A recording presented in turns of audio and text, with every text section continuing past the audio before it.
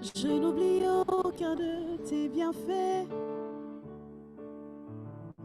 À chaque fois que j'y pense, mon cœur est rempli de paroles pour te louer. De paroles pour te louer. Je n'oublie aucun de tes bienfaits. À chaque fois que j'y pense, mon cœur est rempli de paroles pour te louer. De paroles pour te louer. Est-ce qu'on peut le dire encore? Je n'oublie, oh, je n'oublie aucun de tes bienfaits.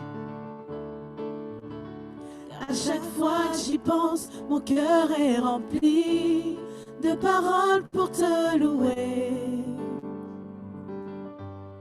De paroles pour te louer. Je n'oublie aucun de tes bienfaits. Je n'oublie aucun de tes bienfaits. À chaque fois que j'y pense, à chaque fois que j'y pense, mon cœur est rempli de paroles pour te louer. De paroles pour te louer. Quand tout va mal, oh mon âme, pourquoi t'as battu? Même au milieu de la tempête, il est là. Quand tout va mal, oh mon âme, pourquoi t'as battu? Même au milieu de la tempête, il est là. Moi je le louerai encore. Moi je le louerai encore. Oh mon âme, bénis l'Éternel. Oh mon âme, oh mon âme, bénis l'Éternel. Oh mon âme, oh mon âme, bénis l'Éternel. N'oublie aucun de ses bienfaits, mon âme. Oh mon âme, bénis l'Éternel. Bénis l'Éternel. Oh mon âme, oh mon âme, oh mon âme, bénis le nom de Jésus. Bénis l'Éternel. Bénis l'Éternel. Oh mon âme, oh mon âme, bénis l'Éternel. Oh mon âme, oh mon âme, oh mon âme, bénis l'Éternel. Oh mon âme, bénis l'Éternel. Je n'oublie aucun de tes bienfaits. À chaque fois que j'y pense, mon cœur est rempli de paroles pour te louer. De paroles pour te louer. Non, non, non, non, non, je n'oublie aucun de tes bienfaits. À chaque fois que j'y pense, à chaque fois que j'y pense, mon cœur est rempli de paroles pour te louer. De paroles pour te louer. Je n'oublie aucun de tes bienfaits, Seigneur. Je n'oublie aucun de tes bienfaits. À chaque fois que j'y pense, à chaque fois que j'y pense, mon cœur est rempli de paroles pour te louer. De paroles pour te louer. Quand tout va mal, nous allons le dire ensemble. Alléluia. Quand tout va mal, oh mon âme, pourquoi t'as battu? Même au milieu de la tempête, il est là. Quand tout va mal, oh mon âme, pourquoi t'as battu? Même au milieu de la tempête, il est là. Moi je le louerai encore. Moi je le louerai encore. Oh mon âme, bénis l'Éternel. Est-ce qu'on peut bénir le nom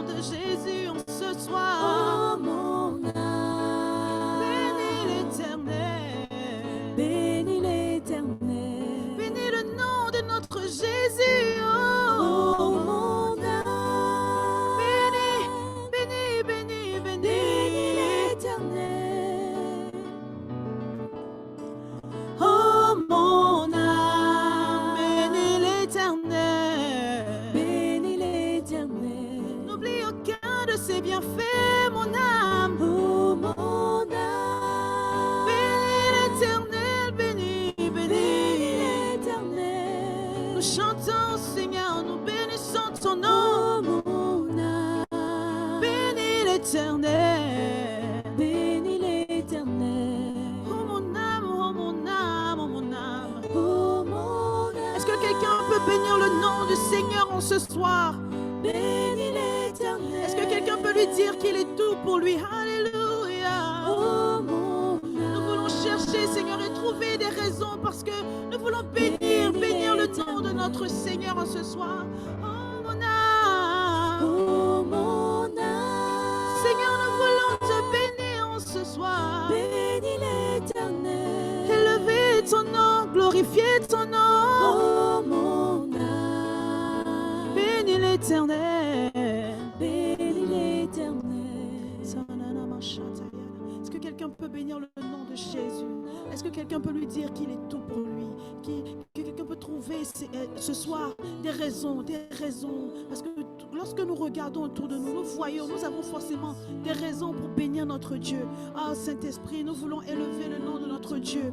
Oh, nous voulons bénir notre Seigneur. Nous voulons bénir l'Éternel. Nous voulons trouver des raisons. Nous voulons trouver des mots de charme. Merci Seigneur pour cette journée que tu nous as donnée. Merci pour la vie. Merci pour la joie. Merci pour la santé. Merci parce que tu es là. Tu ne nous as jamais abandonnés. Nous voulons bénir ton nom ce soir. Nous voulons bénir ton nom ce soir car tu en es digne. Car tu es digne de recevoir.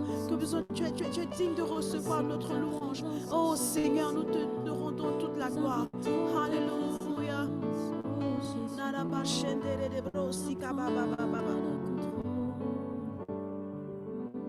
Nous voulons te bénir ce soir. Et Seigneur, nous voulons te dire que, encore une fois, nous avons besoin de toi. C'est de ta présence que nous avons besoin.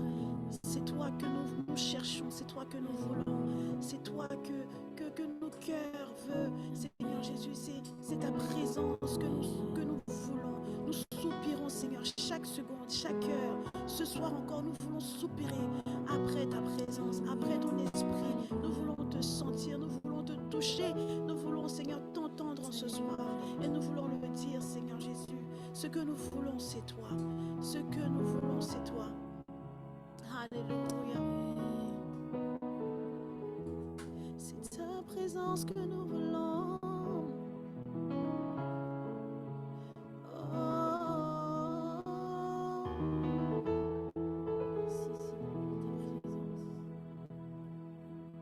Ce que nous voulons, c'est toi. Ce que nous voulons, c'est toi. Ce que nous voulons, c'est toi. Ce que nous voulons, c'est toi. Ce que nous voulons, c'est toi. Ce que nous voulons, c'est toi. Ce que nous voulons, c'est toi. Ce que nous voulons, c'est toi. Ce que nous voulons, c'est toi. Ce que nous voulons, c'est toi. Ta présence, c'est ce que nous voulons. Ce que nous voulons, c'est toi. Nous voulons te voir, Seigneur. Ce que Nous voulons, c'est toi.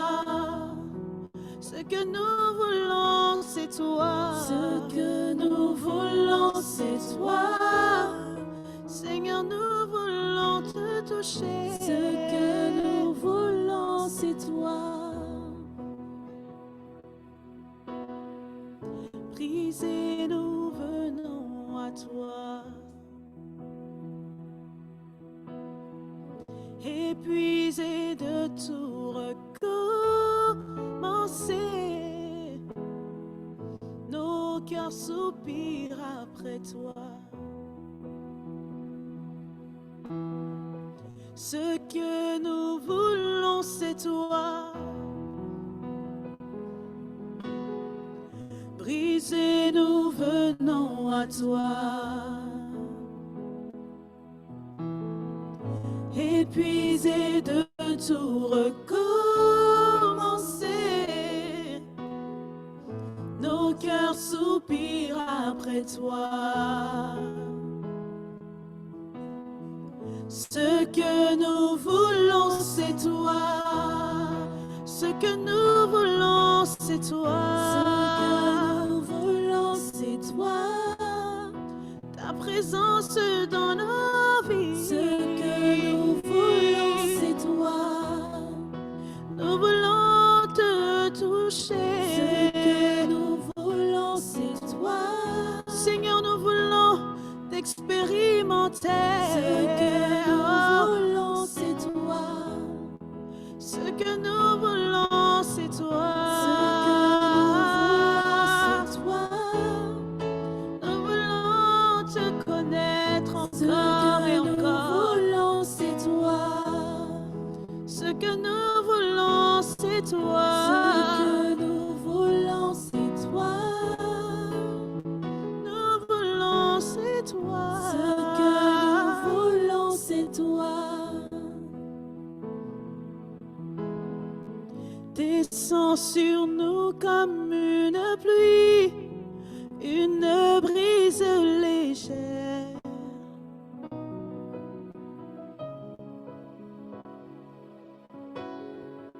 De la douceur de ta présence, ta nuée nous entoure.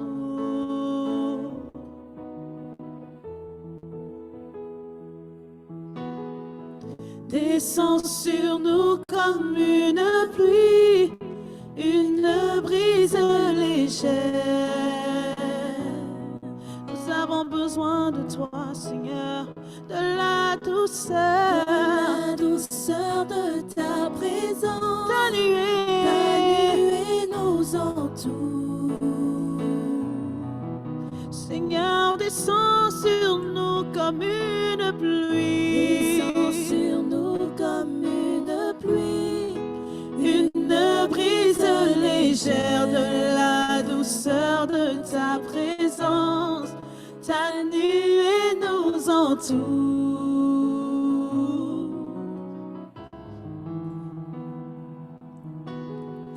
Descends sur nous comme une pluie, une brise légère, de la douceur de ta présence, ta nuée descend sur nous. comme une pluie. Une brise légère, de la douceur de ta présence, Ta nuée nous entoure. descend sur nous comme une pluie. Une brise légère. De la douceur de ta présence, Ta nuée nous entoure. descend sur nous comme une pluie. Une brise légère. De la douceur de ta présence, Ta nuée nous entoure. descend sur nous comme une pluie. Une brise légère. De la douceur de ta présence, Ta nuée nous entoure. descend sur nous comme une pluie. Une brise légère. De la douceur de ta présence, Ta nuée nous entoure. Seigneur, nous voulons te toucher. Nous voulons te toucher. Nous voulons te toucher. Remplis ce lieu. Remplis nos vies. Remplis ce lieu de ta gloire. Remplis ce lieu. Remplis nos vies. Remplis ce lieu de ta gloire. Remplis ce lieu. Remplis nos vies. Remplis nos vies. Remplis ce lieu. Remplis de ta gloire. Remplis ce lieu,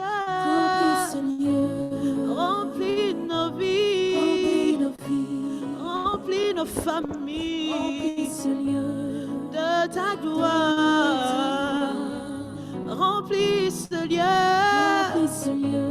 remplis nos maisons, remplis ce lieu de ta gloire. Inonde ce lieu,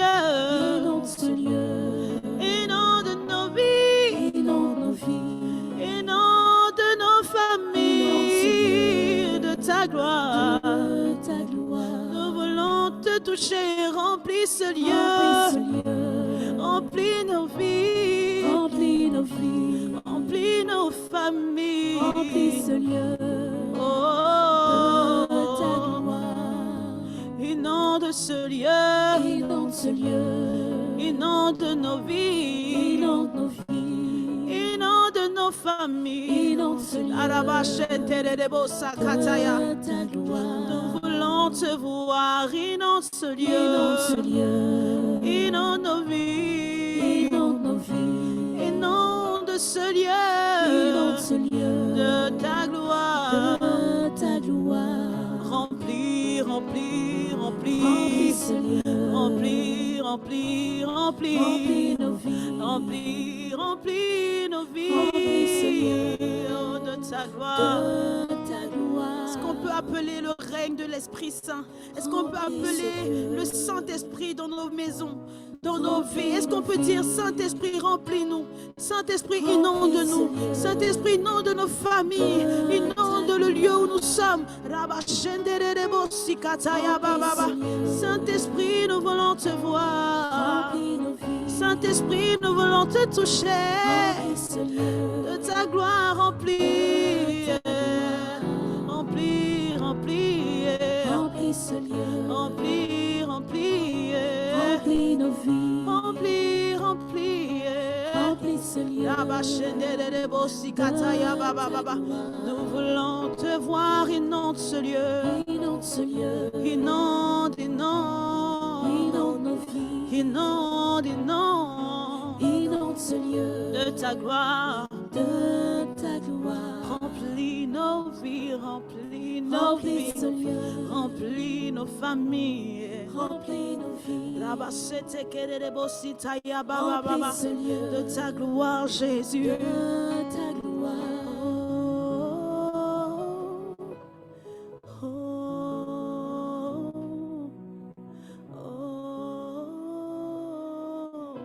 Inonde ce lieu de ta gloire. Seigneur, nous voulons soupirer après ta présence. Seigneur, nous voulons soupirer après ta présence. Nous voulons dire, Seigneur Jésus, que c'est toi que nous voulons. Ta gloire, ta gloire, ta gloire, Seigneur, c'est ta gloire que nous voulons. C'est ta gloire que nous voulons admirer ce soir.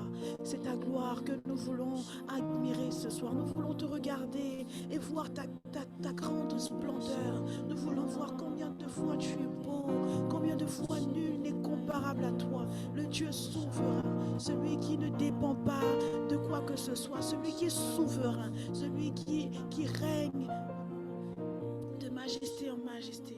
Alléluia.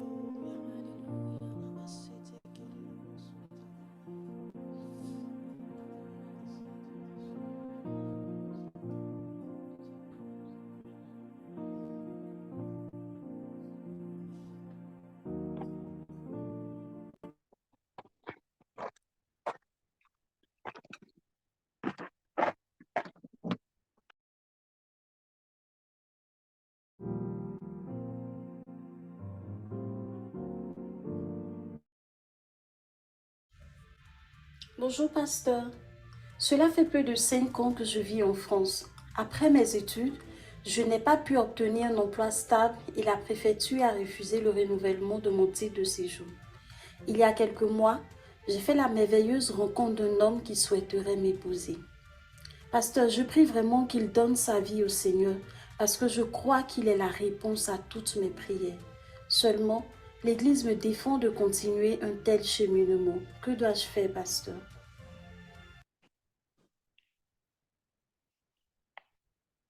Amen. Amen. Bonjour à tous. C'est bon. Shalom, shalom, Shalom. shalom, Shalom, shalom, Amen, pasteur. Salut bonsoir. ton voisin en disant bienvenue au Shalom, jeudi des shalom. conquérants. Bienvenue, frères et sœurs. Shalom, Shalom, bienvenue à tous. Bienvenue. Shalom, shalom. Shalom, Shalom, pasteur. bienvenue. À tous, bien de venir. Amen. On va juste prier. On a décidé de remettre le jeudi des conquérants pour le mois d'août pour que ceux qui ne sont pas en vacances comme nous puissent sortir du mois d'août plein de force, plein de vie et prêt pour le dernier trimestre, pour ne pas dire le dernier semestre. Et donc, tu vas prier pour que ce mois d'août spécial soit spécial pour toi et que tu ne sortes pas de ce mois d'août le même. Le même. Tu vas juste élever la voix. Seigneur, merci pour la grâce que nous avons de pouvoir chercher ta face, de pouvoir nous approcher de toi durant ce mois d'août. Nous suivons les instructions du pasteur Mohamed, vraiment, qui dit que ce mois d'août est un mois spécial, est un mois de prière, est un mois de grâce. Seigneur, accorde-nous la grâce de ne pas sortir de ce mois les mêmes.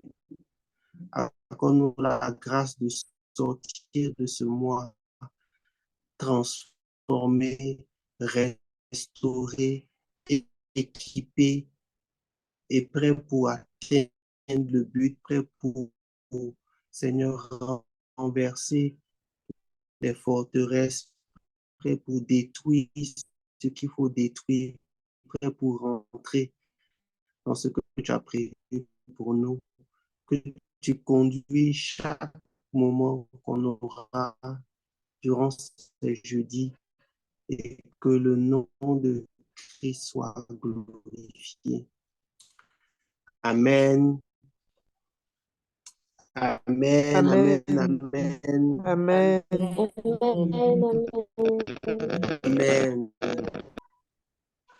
On va organiser notre jeudi des conquérants de manière un peu particulière. Ça ne sera pas un temps d'enseignement seulement.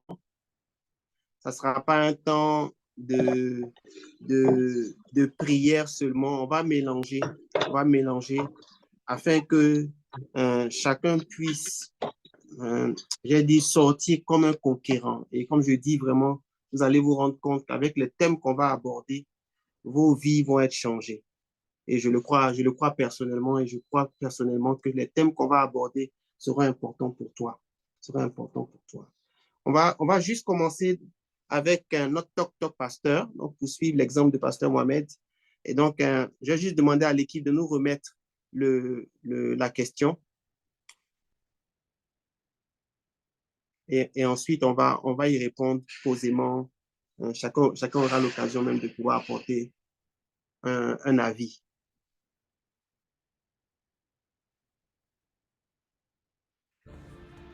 Bonjour pasteur.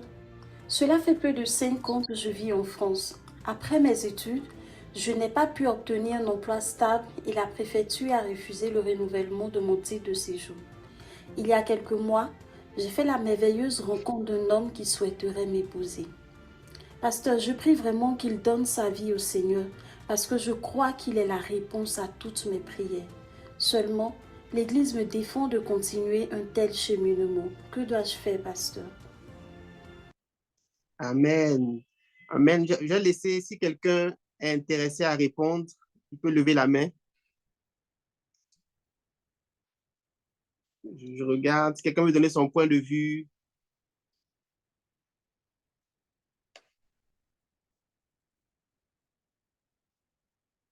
Raïssa, tu peux y aller.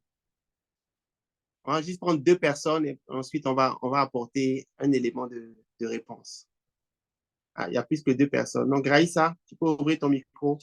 Et puis, Oui, allô, shalom tout le monde. oui, Shalom, vas-y. Euh, pour moi, je trouve que je ne suis pas dans le jugement, mais je pense que c'est un peu compliqué pour un chrétien de prendre quelqu'un dans le monde pour venir l'évangéliser, pour prier, pour qu'il devienne, pour qu'il se donne à Dieu.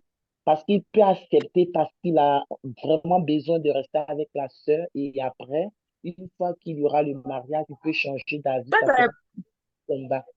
Donc, je pense que pour moi, c'est vraiment compliqué de prendre quelqu'un dehors pour prier le converti. Après la suite, c'est difficile. OK. On va prendre une deuxième personne. On va prendre, il y a Liliane Gallet qui voulait répondre.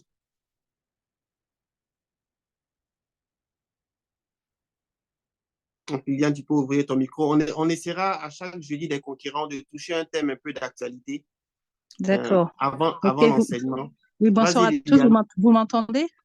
Oui, on t'entend. D'accord. Moi, je dirais par rapport à la parole que le Seigneur nous dit de ne pas nous mettre sur un joug étranger. Quel rapport qu'il y a entre un païen et puis un enfant de Dieu? Donc, peut-être que c'est beau, tout au début, ça va être bien, mais après, il y aura des souffrances et des douleurs. Parce que moi-même, je vis la situation. Alors, voilà. Je me suis mariée avec un chrétien, tout allait bien et tout. Il me laissait aller à l'église. Bon, il ne m'empêche pas d'aller à l'église, hein. Mais chaque fois que j'ai envie d'écouter de la louange, c'est pas possible. Parce qu'il arrive, il est le chef, j'ai oublié d'éteindre. Si j'ai envie, voilà, au point de vue vie chrétienne, c'est pas possible. On a envie de C'est prier ensemble, c'est difficile. pas possible. C'est très difficile parce qu'il n'est pas chrétien. Je ne vais pas lui dire, viens, on va prier ensemble. Vous comprenez? Donc voilà, je donne mon point de vue, après c'est chacun, hein. Mais c'est une erreur, une grosse erreur voilà, de se connecter, d'être en relation avec un païen, tout simplement. Et c'est la En tout parole qui cas, le dit déjà, le Seigneur nous le dit. merci Donc beaucoup, voilà, Liliane, qui nous ouvre un allez, peu la porte. Et voilà. je vais répondre un peu avec le point de vue pastoral, donc, qui s'appuie aussi sur la parole de Dieu. Mhm. La parole de Dieu nous dit clairement que, on est dans 1 Corinthiens, que il n'y a pas de relation entre la lumière et les ténèbres, et entre Christ et Bélial. Et déjà, ça signifie que toi, tu es lumière, tu donnes ta vie au Seigneur, et que ceux qui ne connaissent pas le Seigneur, Dieu les voit comme morts. Donc, ils sont morts en esprit. Donc, leur esprit n'est pas en contact avec Dieu. Et donc, le fait que tu épouses quelqu'un qui est mort spirituellement, un, ce n'est pas la volonté de Dieu. Et deux, tu te, tu te prépares toi-même à avoir des moments difficiles, dans ta foi. Et donc, la sœur qui se trouve dans cette situation, moi, je lui donnerais comme conseil, euh, prie pour le monsieur, prie pour sa conversion, euh, amène-le à l'église sans intention cachée de, de l'épouser. Donc, sacrifie ton Isaac, donc sacrifie le fait que tu veuilles l'épouser et amène-le plutôt au Seigneur. Et quand il va arriver au Seigneur, si c'est la volonté de Dieu qui, qui t'épouse, gloire à Dieu. Si c'est pas la volonté de Dieu, gloire à Dieu. Mais l'essentiel, d'abord, c'est son âme. Que son âme soit sauvée. Et ensuite, ton mariage viendra après. Mais Dieu s'intéresse plutôt à l'âme de la personne qui s'est approchée de toi, plutôt à ce qu'il t'épouse. Il t'épouse. Les gens vont dire, ah, mais on a déjà vu des personnes faire ça et le mariage s'est bien passé. Nous, on ne mesure pas ce qu'on appelle la grâce de Dieu. Dieu fait grâce à qui il veut. Il fait, il fait couler la pluie sur les bons et les méchants, mais il est bon de rester dans sa volonté, dans sa volonté. Et c'est ce qui est le plus important. Donc, je prie que s'il y a des personnes dans cette situation, qu'elles puissent, j'ai dit, revenir sur le bon chemin, prier pour le salut des personnes qu'elles ont rencontrées. Et Dieu, c'est sûr et certain, Dieu sera fidèle avec toi parce que tu es fidèle à ses principes. Et Dieu sera fidèle avec toi parce que tu cherches le royaume des cieux d'abord. Et tu verras certainement sa volonté s'accomplir. Amen.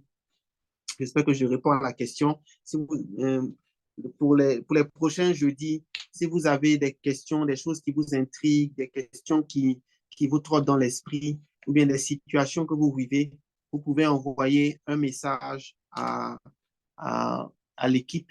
Donc, j'ai demandé à l'équipe de mettre un numéro de téléphone dans le chat pour que les personnes puissent envoyer des questions sur ce numéro de téléphone.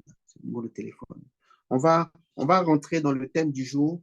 Le thème qu'on va traiter durant tous les jeudis de la parole, c'est un thème assez particulier. Et on l'a fait sous forme d'énigme. C'est une série. Et la série, c'est quand le temps est arrivé. On peut aussi dire quand le moment est arrivé. Quand le temps est arrivé, quand le moment est arrivé. Et tu vas prier pour que Dieu te fasse grâce, pour que tu sois dans son timing. Dans tout ce que tu fais, tu vas demander au Seigneur de te permettre, de t'accorder la grâce d'être dans son temps. La grâce d'être dans son temps, de ne pas être trop tôt et surtout de ne pas être en retard. On élève la voix ensemble. Seigneur, accorde-nous la grâce d'être dans ton bon timing, d'être dans ton temps. Le thème qu'on va aborder durant tout ce jeudi des conquérants du mois d'août, c'est quand le temps est arrivé, quand le moment est arrivé, quand le temps de l'élévation est arrivé, quand le temps de la nouvelle dimension est arrivé, quand le temps, Seigneur, même quand le temps difficile est arrivé. Seigneur, accorde-nous la grâce d'être dans le bon timing. Accorde-nous la grâce de ne pas être trop tôt, de ne pas être plus rapide que toi, de ne pas être en retard. Accorde-nous la grâce de ne pas louper les opportunités que tu fais arriver au bon moment. Et donne-nous d'être toujours dans le bon timing, d'être dans la bonne saison, de pouvoir poser les bons actes au bon moment, de pouvoir poser les bons actes à la bonne saison. Au nom de Jésus. Amen. Vous savez, pour nous qui sommes en Europe, on a un avantage. Un des avantages qu'on a, c'est qu'on a des saisons qui sont très bien marquées. Et les saisons que nous avons qui sont très bien marquées sont des signes que Dieu nous a donnés pour qu'on puisse se rendre compte que Dieu accorde une grande importance au temps. Et quand on dit temps, on pense au temps figé, on pense aux saisons qui sont aussi des temps, on pense à des moments précis de la vie. Et Dieu nous a donné des saisons pour qu'on puisse voir que chaque saison a une attitude, a un comportement, a une manière de penser différente. Je te donne un exemple. Si tu es en hiver et que tu t'habilles en hiver comme si tu étais en été, tu vas tomber malade. Par exemple, pour ceux qui vivent en Suisse, des fois, tu as des températures de -15, de -20.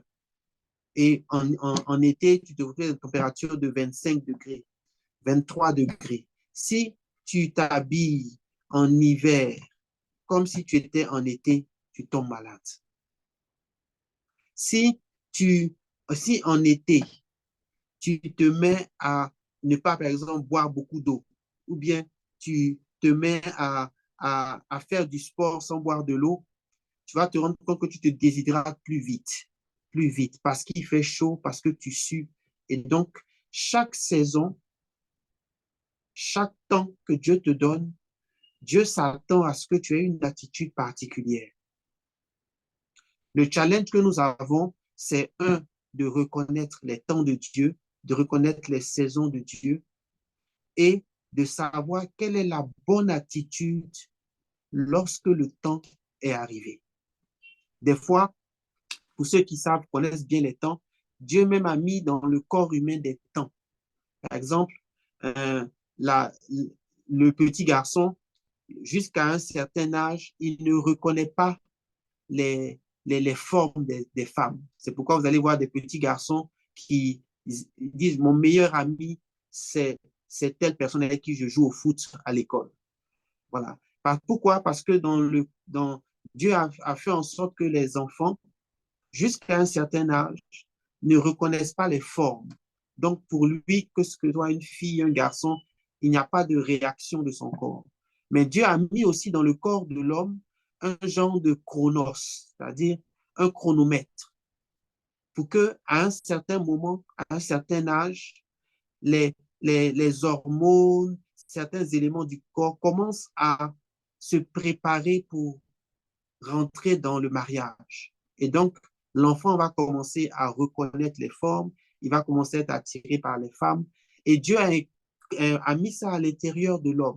Et je dirais même que le but de Satan, c'est de déclencher ton chronos plus tôt, avant le temps de Dieu. C'est pourquoi l'ennemi essaie d'attaquer nos enfants très tôt par rapport à la sexualité. Pour que le chronos que Dieu avait mis naturellement dans l'être humain puisse être déclenché plus tôt et que les désirs, les habitudes, les attitudes de nos enfants changent et soient transformés avant le temps. Mais dans ta vie également, tu as des temps. Tu as des temps que Dieu a planifiés pour te marier. Tu as des temps que Dieu a planifiés pour t'élever. Et on va le voir, la notion de temps est quelque chose qui était très, très, très important pour Jésus. Je vais vous donner un exemple. Vous allez voir que ce que je dis n'est pas faux. Vous allez prendre, par exemple, un texte important. C'est un texte qu'on trouve dans Jean chapitre 7 au verset 30. Dans Jean chapitre 7 au verset 30, les frères de Jésus, donc ses frères biologiques, les frères biologiques de Jésus, si la technique peut me suivre, s'ils avaient prévu ça, ce serait super. Sinon, je lis dans ma Bible. Super. On va prendre Jean chapitre 16, on va commencer au verset 6 d'abord. Jean chapitre 7, verset 6. Au verset 6 de Jean chapitre 7, on a une scène un peu particulière. On va commencer au chapitre 5, au verset 5. Les frères de Jésus, donc ses frères biologiques, il faut savoir que les frères biologiques de Jésus et à un moment même Marie ont eu des problèmes avec le ministère de Jésus parce qu'à un moment, ils ne comprenaient plus Jésus. La Bible dit qu'à un moment, sa mère et ses frères vont venir le chercher parce qu'ils pensaient que Jésus était devenu insensé, était devenu fou. Ce n'est pas moi qui le dis, c'est dans la Bible. C'est dans la Bible. Et ils ne comprenaient pas comment fonctionnait Jésus. Ils commençaient à être troublés par son ministère. Des fois, lorsque la main de Dieu est sur toi, quand l'onction de Dieu est sur toi, quand la grâce de Dieu t'accompagne, même des fois, tes proches ne te comprennent pas. Mais faut pas leur en vouloir, il faut te calmer. Et parce que Dieu a toujours un temps où il les amène à se rendre compte que c'est lui-même qui te conduisait. Et dans Jean chapitre 7, les frères de Jésus, donc ses frères de sang, donc les enfants de Marie et de Joseph, donc ses demi-frères, vont poser une question à Jésus. Ils vont dire, mais Jésus, toi qui aimes te faire voir, toi qui fais tout pour que les gens te voient, parce qu'eux, ils pensaient que Jésus posait des actes, il faisait les miracles, il donnait les prophéties, il enseignait en public parce que dans son cœur, il était quelqu'un qui voulait se faire voir, quelqu'un qui voulait être aimé, quelqu'un qui voulait qu'on croie en lui. Vous voyez? Alors que Jésus ne faisait pas ça pour ça. Mais des fois, on a compris. Jean chapitre 7, verset 6, regardez verset 5, voilà ce que les frères de Jésus lui disent. Ils disent, on peut lire, désolé, je vous fatigue un peu, on va lire à partir du verset 3, parce que c'est à partir de là qu'il commence à parler. Les frères de Jésus lui disent, pars d'ici, va en Judée, afin que tes disciples voient aussi les œuvres que tu fais. Verset 4, personne n'agit en secret lorsqu'il désire paraître. Vous voyez, il pensait que Jésus voulait qu'on le voie, que c'était un orgueilleux, qu'il voulait que les gens, il voulait se montrer. Il voulait se montrer. Et ça a commencé à créer la division. Il dit, si tu fais ces choses, montre-toi toi-même au monde. Et la Bible va expliquer pourquoi il disait ça. Car les frères de Jésus non plus ne croyaient pas en lui. Ce qui nous intéresse ici, c'est plutôt la réponse de Jésus. Parce que Jésus ne va pas les insulter, mais Jésus va leur expliquer que dans sa vie, il opère, il agit, il fonctionne, il pose des actes, il parle, il fait les choses en fonction du timing de Dieu. il pose les actes en fonction du timing de Dieu. Et regardez ce qu'il va leur dire. Au verset 6, Jésus leur dit, mon temps n'est pas encore venu. Et c'est le thème de notre série, quand le temps est venu, quand le temps est arrivé. Jésus va leur dire, mon temps n'est pas encore venu. Mais vous, votre temps est toujours prêt. Ça veut dire, eux, ils opèrent sans le timing de Dieu. Il y a des gens comme ça, ils sont toujours en retard ou en avance, voire ils s'en foutent du timing de Dieu. Ils font ce qu'ils veulent. Jésus dit non. Un fils de Dieu, un enfant de Dieu, doit apprendre à opérer dans le temps de Dieu. Certains appellent ça le vent de Dieu. On sentit le mouvement de Dieu, sentir comment Dieu veut bouger à un moment. Et ça, c'est une qualité que tu dois développer. C'est une sagesse divine, c'est une grâce de Dieu. Verset 7, Jésus va leur dire, le monde, vous ne peut pas vous haïr, nous haïr. Moi, il me hait. Pourquoi? Parce que je rends de lui le témoignage que ses œuvres sont mauvaises. Et maintenant, pourquoi je veux qu'on lise ensuite? Parce que Jésus va encore répéter la notion du temps au verset 8. Montez, vous, à cette fête. Pour moi, je n'y monte point parce que mon temps n'est pas encore accompli. Parce que mon temps n'est pas encore accompli. Dieu a des temps et Dieu a des saisons. Dieu a des choses qu'il a planifiées pour toi. Dieu a des choses qu'il a déjà positionnées dans le temps de ta vie. Il a déjà positionné des choses. Et ce à quoi Dieu aspire, c'est que tu sois dans son tempo à chaque fois. C'est qu'à chaque fois, tu puisses te positionner dans la bonne saison, te positionner dans la bonne manière de faire. Et tu vas voir que tu obtiens beaucoup de réussite parce que tu es dans le timing de Dieu. Vous savez, même dans la vie de tous les jours, ça te sert. Une fois, il y a un frère qui me donnait ce témoignage et il avait l'habitude de finir tard le soir. Vous voyez, de finir tard le soir. Et un jour, il a senti comme si il devait rentrer tôt à la maison. Mais pourquoi il devait rentrer tôt à la maison? Il ne savait pas. Et il n'est pas rentré tôt à la maison. Et quand il est rentré, il est quand même rentré à son heure habituelle tard. Et comme il dit quand il est rentré tard, sa femme lui a dit, ton fils a beaucoup pleuré. Ton fils a beaucoup pleuré parce qu'il se sentait seul. Et le frère s'est rendu compte que Dieu le poussait à rentrer tôt parce qu'à ce moment précis, son fils avait besoin de s'accompagner. Son fils avait besoin de parler. Son fils avait besoin qu'il puisse l'encourager, qu'il puisse lui donner des paroles de réconfort. Si tu n'es pas dans le timing de Dieu, tu vas louper des opportunités que Dieu a positionnées pour que tu puisses être une bénédiction pour quelqu'un, voire tu vas louper des opportunités que Dieu a positionnées pour que tu puisses sauver, délivrer quelqu'un qu'il a placé à tes côtés. Et un truc qui va vous faire sourire dans l'histoire qu'on a lue dans Jean chapitre 7.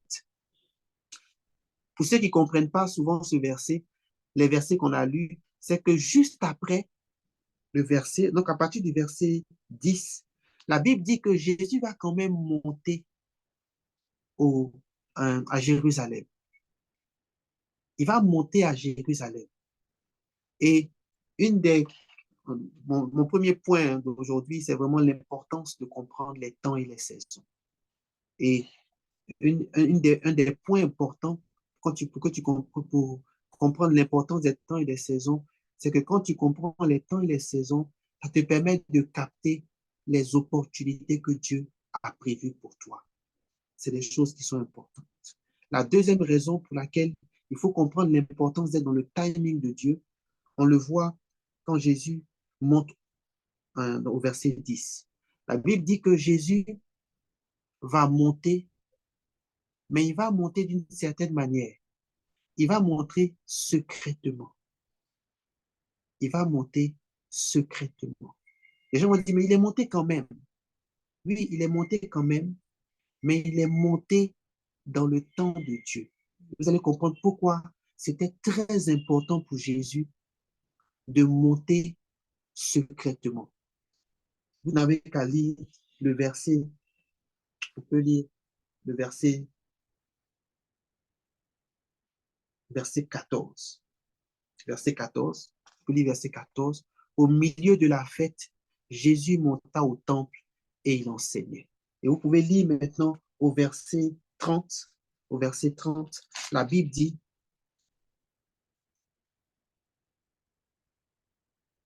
les gens cherchaient à le saisir et personne ne mit la main sur lui. Pourquoi?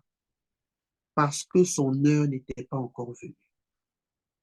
Si Jésus était monté au début de la fête, publiquement, comme ses frères voulaient qu'il monte, Jésus allait être saisi, il allait être tué. Il allait être tué avant son temps. Mais Jésus est monté secrètement. Il a attendu le milieu de la semaine pour se montrer au temple. Et quand il arrive au temple, il est dans le timing de Dieu. Les gens essaient de le saisir, mais ils ne peuvent pas, parce qu'il y a des gens qui sont là, parce que les gens commencent à croire en lui. Si tu es dans le timing de Dieu, si tu es dans le temps de Dieu, ça va t'éviter de mourir avant ton temps. Parce que il y a des moments dans ta vie où Dieu considère que tu dois être encore caché. Il y a des moments dans ta vie où Dieu considère que tu dois être dans le secret. Il y a des moments dans ta vie où Dieu considère que tu ne dois pas être visible. Si tu es visible trop tôt, tu vas mourir tôt. Si tu es visible dans le timing de Dieu, ta vie va durer. Vous savez, si David rencontrait Goliath avant le temps, David allait être tué par Goliath. Même s'il s'appelait David. Même s'il était prévu qu'il allait être le roi d'Israël. Il devait rencontrer Goliath dans le temps de Dieu. Au moment où Dieu a fini de le préparer dans le secret, Dieu l'a rendu visible. C'était le moment pour lui de rencontrer le Goliath qui allait lui permettre de rentrer dans une autre dimension. Que Dieu t'accorde au nom de Jésus d'être toujours dans son timing. Que Dieu t'accorde la grâce de saisir son temps. Que Dieu t'accorde la grâce d'être exactement là où tu dois être au bon moment, à la bonne saison et d'avoir l'attitude qu'il faut au bon moment et à la bonne saison au nom de Jésus. Une des autres raisons pour lesquelles le temps est précieux, le temps est important, on trouve ça dans Ecclésiaste chapitre 9, verset 11. Dans Ecclésiaste chapitre 9, verset 11, la Bible nous donne une vérité que souvent ceux qui ne sont pas prospères n'arrivent pas à comprendre. Vous savez, la Bible est très sage. Elle est de la sagesse de Dieu. Souvent, on pense que la réussite de quelqu'un est due à une seule chose. On va dire, il réussit parce qu'il est intelligent. Il réussit parce que ses parents l'ont mis dans une bonne école. Il réussit parce que il est dans le ministère parce qu'il a l'onction. Il réussit parce qu'il a tel don. Et souvent, on se prend à envier certaines personnes parce qu'on se dit, mais si j'avais ce don-là, j'aurais réussi. Ou bien, si j'avais fait telle école, j'aurais réussi. Ou bien, si j'étais d'une telle manière, j'aurais réussi. C'est faux. La réussite n'est pas basée simplement sur un seul élément. Ecclésiaste chapitre 9, verset 11 nous dit, « J'ai encore vu sous le soleil que la course n'est point aux âgés. » Ça veut dire que on peut remporter la course à cause de sa rapidité. Mais ce n'est pas que la rapidité qui fait que tu as du succès dans la course. Il dit, ni la guerre aux vaillants. Ici, c'est le vaillant, c'est dans le sens de force. Ça veut dire que on ne remporte pas toutes les guerres juste parce qu'on est le plus fort. Tu peux être le plus fort et puis perdre la guerre. Tu peux être le meilleur en classe et puis échouer. La Bible dit, le succès, la prospérité ne dépend pas simplement du fait que tu es fort.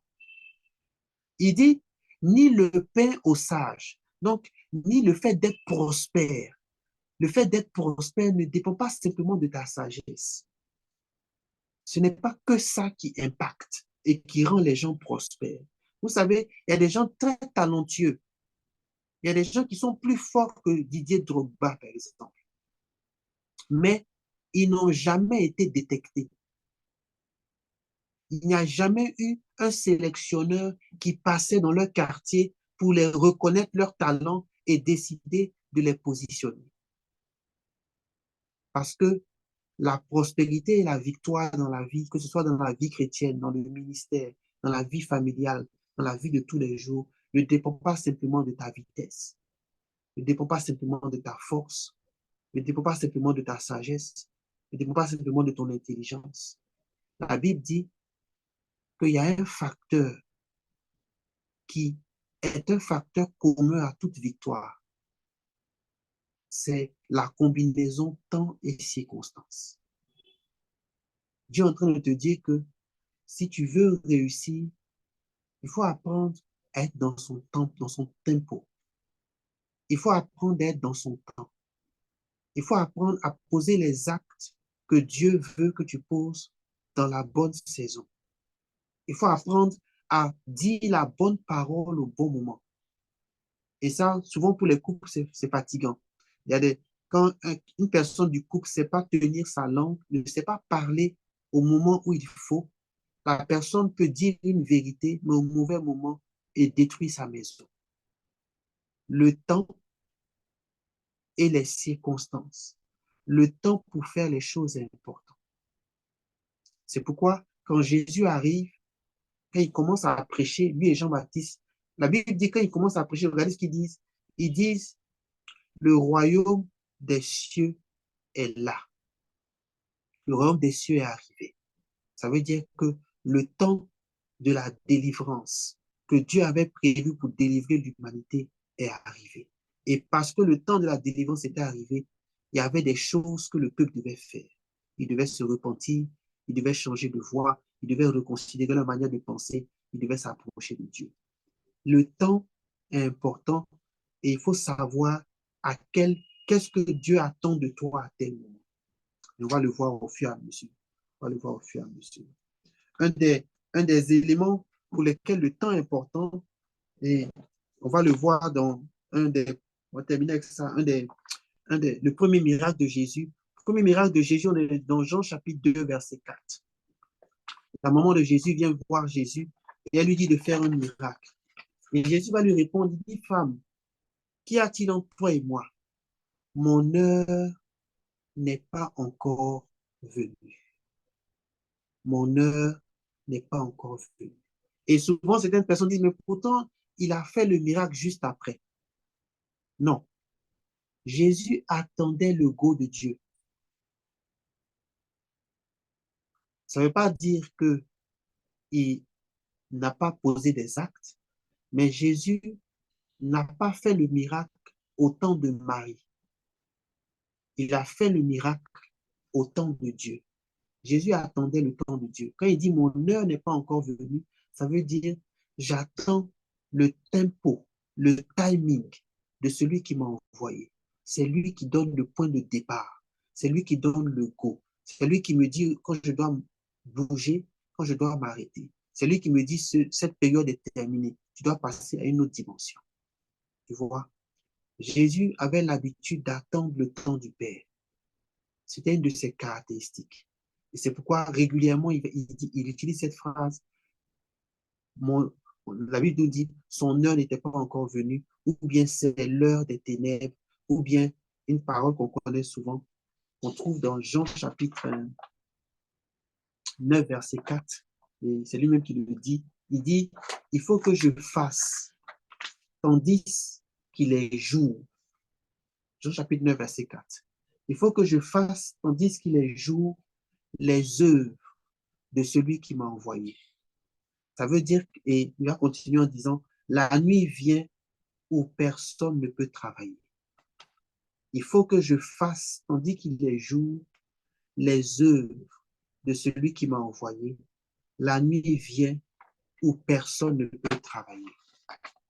Jésus est en train de dire que en fonction des temps et des saisons que Dieu met dans ta vie, il y a des actes que Dieu s'attend que tu as, auxquels Dieu s'attend, dans lesquels Dieu s'attend de te voir. Ou bien, Dieu s'attend à ce que tu poses certains actes. Il y a le temps pour investir dans tes enfants. Si tu loupes ce temps-là, tu vas louper une opportunité. Est-ce que vous savez même qu'il y a des temps pour prêcher l'évangile à ses enfants? Dieu te donne toujours un créneau. Dieu te donne toujours un timing où le cœur de ton enfant est disposé à recevoir Christ. Et il faut saisir ce genre d'occasion. Il faut les voir, les discerner, les saisir. Et quand tu les saisis au bon moment, tu vas voir que tes enfants, ça les redresse, ça leur permet de grandir de la bonne manière. Parce que tu as saisi le temps du salut pour eux. Le temps du salut pour eux. Un des versets qui va nous servir aujourd'hui pour comprendre c'est quoi le temps de Dieu maintenant. Le temps de Dieu maintenant. On a dit le thème c'est quand le temps est arrivé, qu'est-ce que tu fais? Quand le temps est arrivé, c'est quoi la chose à faire? C'est quoi la chose à faire? Dans Jean chapitre 9, verset 4 qu'on a lu, Jésus dit il y a des actes que tu dois poser quand le temps est arrivé. Il y a les actes que tu dois poser quand le temps est arrivé. Avant de voir la suite, il y a un passage qui m'avait touché quand je préparais pour vous faire comprendre. On peut lire le psaume 102, verset 13, pour montrer jusqu'où va le temps de Dieu. Et dans quelle granularité, dans quel détail, dans quelle finesse le temps de Dieu va. Dans le psaume 102, verset 13, c'est une phrase qui doit te marquer. Il dit, je pense qu'on n'est pas sur le même. Moi, le psaume 102, verset 13 dit, c'est ça, c'est bon. Chez toi, c'est le 14. Dieu dit, il se lèvera, il aura pitié de Sion, car le temps d'avoir pitié d'elle, le temps fixé est à son terme. Ça veut dire que même pour te faire miséricorde, tu peux avoir traversé des moments difficiles pendant longtemps. Mais Dieu a un temps. Il y a toujours un temps de Dieu. Il y a un temps où Dieu dit, tes souffrances passées sont terminées. Il y a un temps où Dieu dit, je choisis moi-même de te faire miséricorde. Il y a un temps où Dieu dit, je décide de te faire quitter cet endroit pour te faire passer à une autre dimension. Il y a un temps, c'est comme si dans le ciel, Dieu a écrit des choses. Et parce qu'il a écrit des choses, il est prêt, il attend son timing. Pour toi, tu dis, mais Seigneur, je souffre. Dieu dit, patiente. Le temps arrive où j'ai décidé de te faire miséricorde. Le temps arrive où j'ai décidé de te faire passer à un autre niveau. Le temps est arrivé où, c'est notre thème, le temps est arrivé de passer à une autre dimension. Le temps est arrivé de passer dans une profondeur spéciale avec Dieu, avec ton intimité avec Dieu. Dieu a des temps pour faire miséricorde. C'est extraordinaire. Dieu a des temps pour faire miséricorde. Que Dieu nous accorde la grâce d'être toujours dans son tempo. D'être toujours dans son tempo. Dieu a des temps pour t'élever. Pour t'élever. Jean 17, 1, Jésus dit, Père, glorifie-moi. Père, glorifie-moi. L'heure est venue. Père, glorifie-moi. L'heure est venue. Ça veut dire, Jésus savait qu'il y avait un temps où Dieu devait l'élever, où Dieu devait le glorifier, où Dieu devait manifester une autre dimension de puissance, la puissance de la résurrection dans sa vie. Que Dieu t'accorde la grâce de rentrer dans les temps qu'il a prévus pour toi, d'agir dans les saisons qu'il a prévues pour toi, d'être positionné dans les saisons qu'il a prévues pour toi, au nom puissant de Jésus. Amen. Amen. C'est bon? Amen. Je vous ai on va tous Amen. ensemble la voix. Amen, On va élever la amen, voix. Amen, Tu vas amen. prier. amen, Tu amen, vas, amen. Amen. Amen. Tu vas prier, tu vas ouvrir ton micro pour prier. Tu vas prier pour que Dieu t'accorde la grâce de ne plus louper les opportunités qui mettent devant toi. Tu vas prier pour que Dieu t'accorde la grâce de pouvoir toujours discerner les temps et les saisons qu'il a placés pour toi. Tu vas prier pour que Dieu t'accorde la grâce de pouvoir retrouver, même si tu te rends compte que tu as loupé certaines opportunités, comme je donné l'exemple de ce papa qui avait loupé l'opportunité de son fils.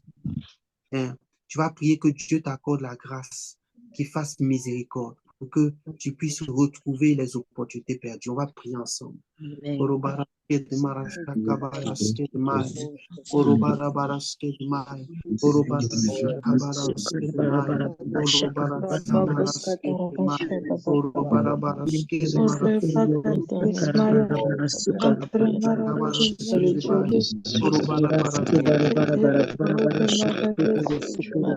Dieu, accorde-nous la grâce de retrouver les opportunités que nous avons perdues.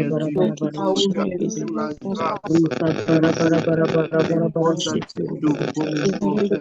Accorde-nous la grâce de voir les bonnes paroles au bon moment. Oh Dieu, accorde-nous la grâce d'agir de la bonne manière au bon moment. Oh Dieu, accorde-nous la grâce de retrouver les opportunités Seigneur, de rentrer dans ton temps.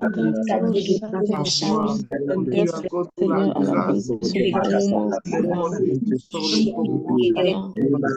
Seigneur, de pardon. Ne pas raconter Seigneur, tant que toi-même, tu n'es pas le temps qu'il faut, Seigneur.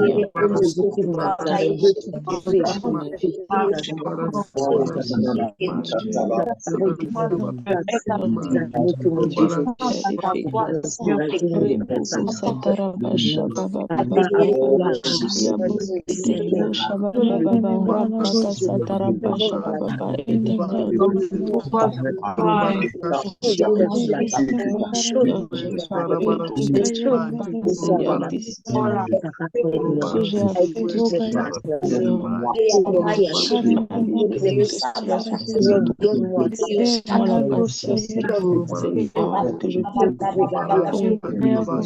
avoir les yeux, sincèrement les yeux,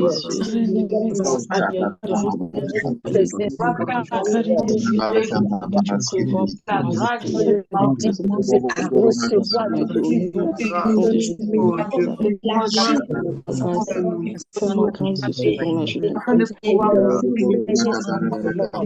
de l'opportunité.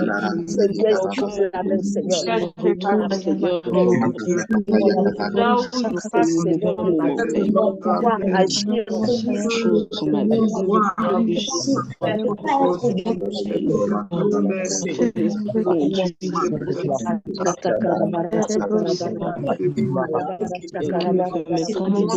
Amen.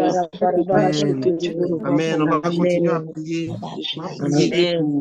On va prier pour être dans le temps de Dieu au niveau familial. Vous savez, j'ai donné l'exemple de ce monsieur qui avait loupé le temps pour son enfant. Des fois, on n'est pas au bon endroit, au bon moment, ce qui fait que nos enfants vont dans le mauvais chemin. Et des fois, on loupe aussi le temps de Dieu par rapport à un partenaire que Dieu avait prévu pour nous. On va prier le Seigneur. On va prier que nos familles soient dans le temps de Dieu. On va prier que s'il y a des opportunités que Dieu avait prévues pour nous, qu'on a loupées, que ce soit des opportunités financières, des opportunités de réconciliation familiale, des opportunités de rattraper nos enfants alors qu'ils s'apprêtaient à se détourner, que Dieu nous accorde la grâce de pouvoir les retrouver. On élève la voix ensemble.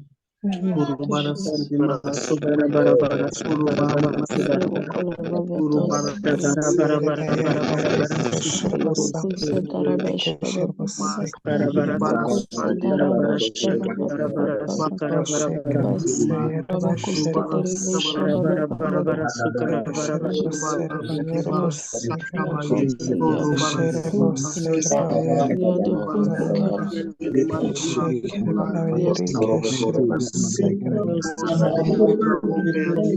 Accorde la grâce de Prie la grâce de voir la Seigneur, volonté de ta voix, la Seigneur, monde de de nos parole. pouvoir avoir des Oh, prières la d'avance, grâce de rencontrer compréhension, les bons sacrifices, que et nos Seigneur, de ton souffle dans ma vie. familles soient sauvées.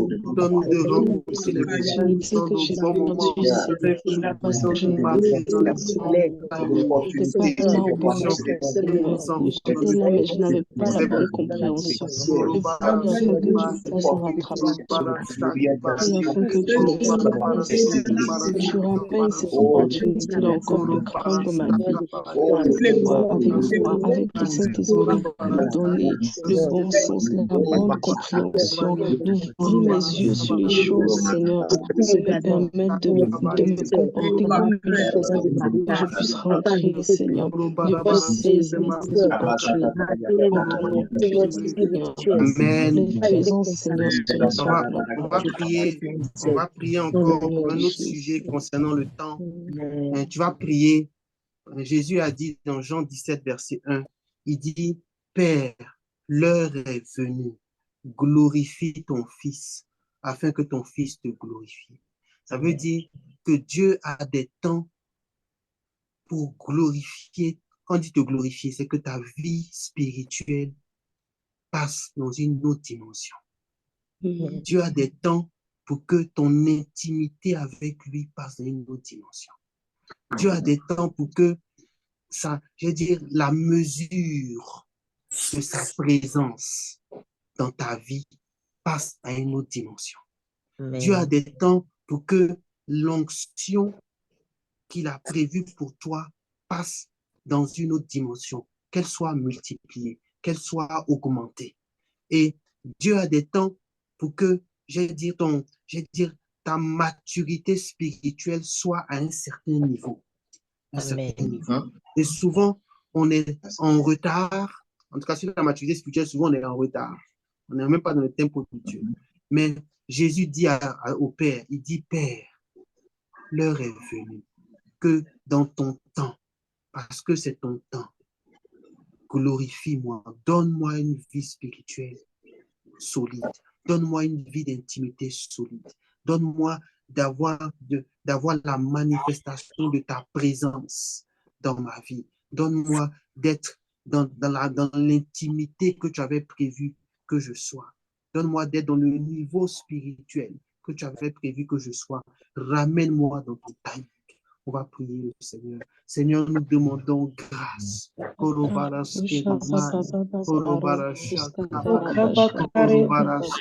Ande kere moge bosha yara kede bra. Indere bosha rana moshe neketa. O kemhara breke da bakusa yede. Angarene mege bosha kare. Rebege besa bakati braka. Iremeke naga kusa yakati de baka. O reke de beba. Bosha yara kespa.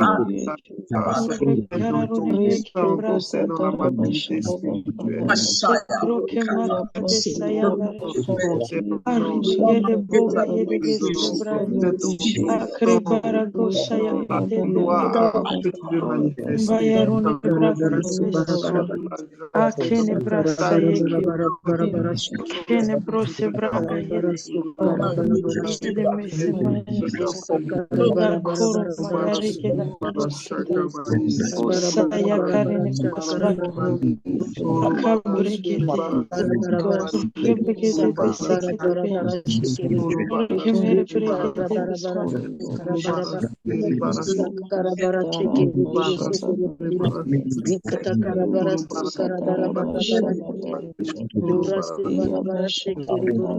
Amen. Amen. Amen. On va prier pour un dernier sujet encore. On a vu que Jésus était très dans le temps. Et il dit, le temps est venu, l'heure est venue, mon heure n'est pas encore venue. On dit, son heure n'était pas encore venue, il ne purent pas le tuer. Jésus était très dans le temps. Et si Jésus était comme ça, c'est que toi aussi, tu dois être dans le temps. Tu dois savoir discerner les temps. Et même quand tu ne les discernes pas, que Dieu te pousse dans son temps. Parce que des fois, tu ne sais pas c'est quoi le temps, mais Dieu te donne des désirs, des émotions, des idées et tu es dans le temps. La Bible dit Jésus, rempli du Saint-Esprit, fut poussé dans le désert. Poussé. Il était poussé. C'est-à-dire que Dieu l'a poussé dans le temps. C'était le temps d'entrer dans le désert et puis de finir le désert dans la gloire. Donc, il devait être poussé dans le temps de Dieu. Tu vas prier, tu vas demander au Seigneur qu'il te donne de discerner le temps et même qu'il te pousse dans son temps. Que tu rentres dans son temps. Que là où même tu n'entends pas ou tu ne comprends pas, que les circonstances, je vais dire, tout autour te mettent dans la saison de Dieu et dans le temps de Dieu. Seigneur, nous te prions, nous te demandons grâce. Nous avons vu que Jésus a été poussé par l'Esprit dans le désert.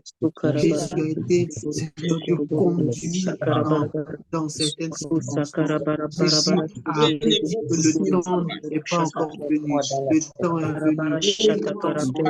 Seigneur, nous te demandons grâce. Oh, nous demandons grâce. Pousse-nous dans ton sang. Conduis-nous dans ton temps. Amène-nous dans ton temps. Dirige-nous dans tes temps. Donne-nous la foi. Pousse-moi, emmène-moi à que nos vies soient changées, que nos vies soient transformées, que nos capacités soient renouvelées, que nous obéissions dans ton timing, dans ton temps. Au nom de Jésus. Amen. Amen. Amen, amen, amen. On va continuer. On va attaquer. J'ai juste demandé à la technique de m'envoyer mon temps à chaque fois pour que je puisse être dans mon temps. Amen. En privé. Voilà. On va fermer les micros pour ceux qui ont un enfant Gabriel. Jésus dit dans Jean chapitre 9, verset 4, le verset qu'on a lu. Regardez bien le verset. Jésus dit, il faut que je fasse tandis qu'il est jour. Donc, il y a un temps qu'on appelle le jour, les œuvres de celui qui m'a envoyé. Ça veut dire, dans un temps qu'on appelle le jour, il y a des œuvres à accomplir parce qu'il y a un temps qu'on appelle la nuit où on ne peut rien faire. Ce qu'on va essayer de voir, c'est quand le temps est arrivé, qu'est-ce qu'on fait? Quand le temps est arrivé, qu'est-ce qu'on fait? Quelle est l'œuvre que Dieu veut que tu poses quand le temps est arrivé? Et on va voir une première œuvre aujourd'hui. On va voir différentes œuvres au fur et à mesure. N'oubliez pas de fermer vos micros et de ne les ouvrir que lorsqu'on prie, mais lorsqu'on pose une question. Dans Apocalypse chapitre 2, versets 1 à 5, Jésus nous parle d'une église. Et cette église-là, ça sera la première des choses qu'on va voir, c'est quand le temps est arrivé, il faut aimer Dieu. C'est le thème, c'est ce qu'on va voir, le sous-thème qu'on va voir aujourd'hui. Quand le temps est arrivé, il faut aimer Dieu. Vous allez comprendre pourquoi je dis ça. Apocalypse chapitre 2, Jésus va parler d'une église. C'est la première église que Jésus va mentionner dans Apocalypse chapitre 2. Non, Apocalypse chapitre 2. Les églises qui veut exhorter. C'est une église qu'on appelle l'église d'Éphèse.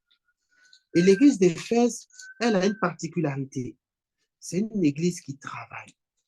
C'est une église qui bosse. C'est une église qui fait des œuvres. Mais Jésus va leur dire, dans la saison dans laquelle vous êtes, le temps est arrivé de m'aimer.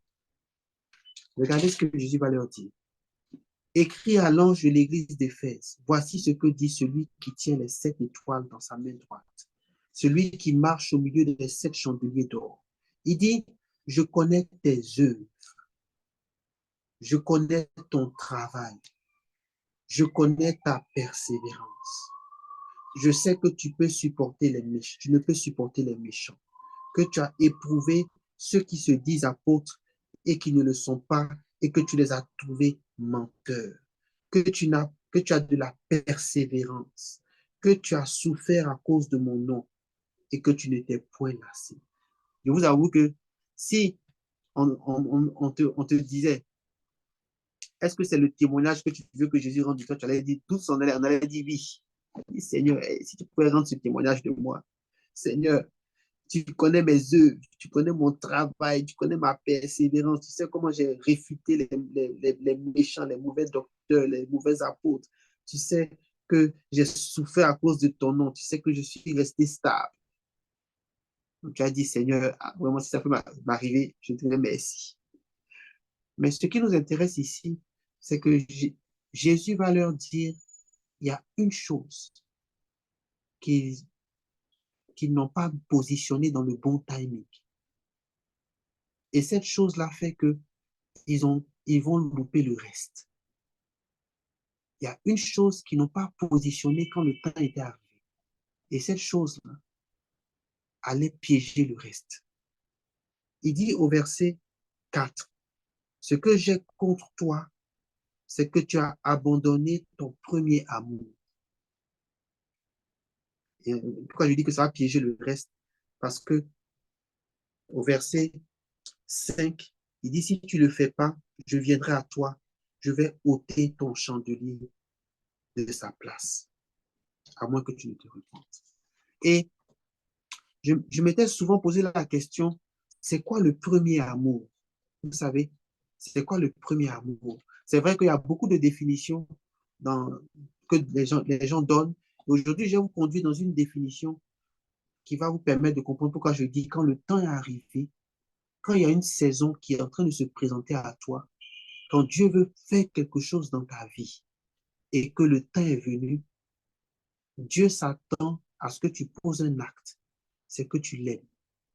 J'ai expliqué ce que l'amour dans ce cas précis signifie aujourd'hui. Quand le temps est venu, l'amour que tu dois manifester là, c'est quel type d'amour? Pourquoi je dis que c'est l'amour? Parce que la version française qu'on lit de Apocalypse chapitre 2, verset 5, traduit que ce que j'ai contre toi, c'est que, verset 4, c'est que tu as abandonné ton premier amour. Et je pense qu'il y a une manière de comprendre ce verset qui va te permettre de comprendre ça différemment. En fait, pour comprendre ça, il faut te rappeler que le mot amour ici, ce n'est pas l'amour philéo, ce n'est pas l'amour de l'âme. Le mot amour ici, c'est agapé. Alors que agapé, c'est pas un amour où tu peux dire le premier amour dans le sens, il y a quelque chose qui est premier et puis un deuxième agapé est second. Non. Ce verset-là, tu peux le comprendre comme ça. Ce que j'ai contre toi, c'est que tu as abandonné la chose prioritaire. C'est l'amour. C'est pourquoi il dit, parce que tu as abandonné ça, je vais retirer ton chandelier. Jésus est en train de dire ici que quand le temps est arrivé pour lui de te faire passer une autre dimension, quand le temps est arrivé pour lui de t'amener quelque part, de faire briller ta lumière, ton chandelier, le chandelier c'est la lumière de l'Église, de faire briller ta lumière, il check quelque chose en toi. Il check, est-ce que tu as repositionné Agapé au bon endroit? Il check, est-ce que Agapé est encore ta priorité? Il dit, ce que j'ai contre toi, au moment où je suis venu pour constater que c'est le temps de te faire passer à une autre dimension, de faire briller ton chandelier, c'est que je n'ai pas trouvé l'amour de Dieu, l'amour pour Dieu dans ton cœur. Quand le temps est arrivé, il y a des actes d'amour que Dieu veut voir dans ta vie. Je vais t'expliquer quelques actes d'amour que tu dois réinstaurer dans ta vie pendant le mois d'août.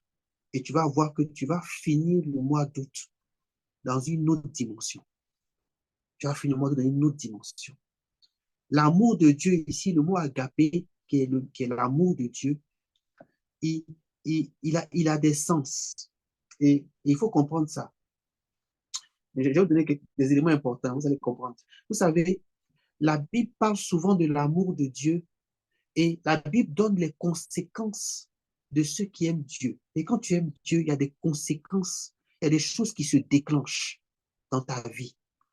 Une des conséquences, on le trouve dans le verset, dans Apocalypse chapitre 2, à la fin du verset 7, verset 5, je dirais. Il dit que lorsque tu aimes Dieu, lorsque agapé se repositionne dans ton cœur comme une priorité, aimer Dieu et en même temps aimer Dieu, aimer les gens, aimer Dieu, quand ça se repositionne dans ton cœur, Dieu déclenche ta lumière. Dieu fait briller ta lumière. Dieu donne à ta vie un éclat supplémentaire. Quand le temps de l'élévation arrive, Dieu veut trouver en toi l'amour agapé comme une priorité. Une priorité. Regardez ce que la Bible dit. Psaume 91, il dit, puisqu'il m'aime, je le délivrerai. Ça veut dire que pour que Dieu délivre cette personne, il est venu du ciel, il a commencé à regarder quelque chose. Et il cherchait, c'était le temps de sa délivrance. Parce que l'on dit que Dieu a fixé le temps pour toutes choses. Le temps de la délivrance était arrivé. Et Dieu regarde la personne. Il regarde dans son cœur. Il cherche quoi? Il cherche, est-ce que agapé est encore une priorité? Et il trouve agapé. Il dit, puisqu'il m'aime, puisqu'il aime Dieu, puisqu'agapé est dans son cœur, et que le temps de la délivrance est là, je déclenche la délivrance. Que Dieu t'accorde la grâce d'avoir l'amour de Dieu agapé dans ton cœur comme une priorité, parce que le temps est arrivé pour toi de passer dans une autre dimension. Quand Dieu trouve agapé, si tu prends Deutéronome chapitre 30, verset 20, il dit, choisissez d'aimer Dieu. Pourquoi? Parce que c'est Dieu qui vous fait vivre. Quand tu choisis d'aimer Dieu, quand agapé, quand le temps est arrivé pour Dieu de t'élever et qu'il trouve agapé en toi, il trouve l'agapé comme une priorité. La Bible dit, Deutéronome chapitre 30, verset 20, il dit, il te communique sa vie. Deuxième conséquence. Première conséquence, j'ai dit, il fait briller ta lumière. Deuxième conséquence, il te communique sa vie. Troisième conséquence, regardez, il dit, c'est lui qui te permet de passer de nombreux jours. Il augmente les jours de ta vie.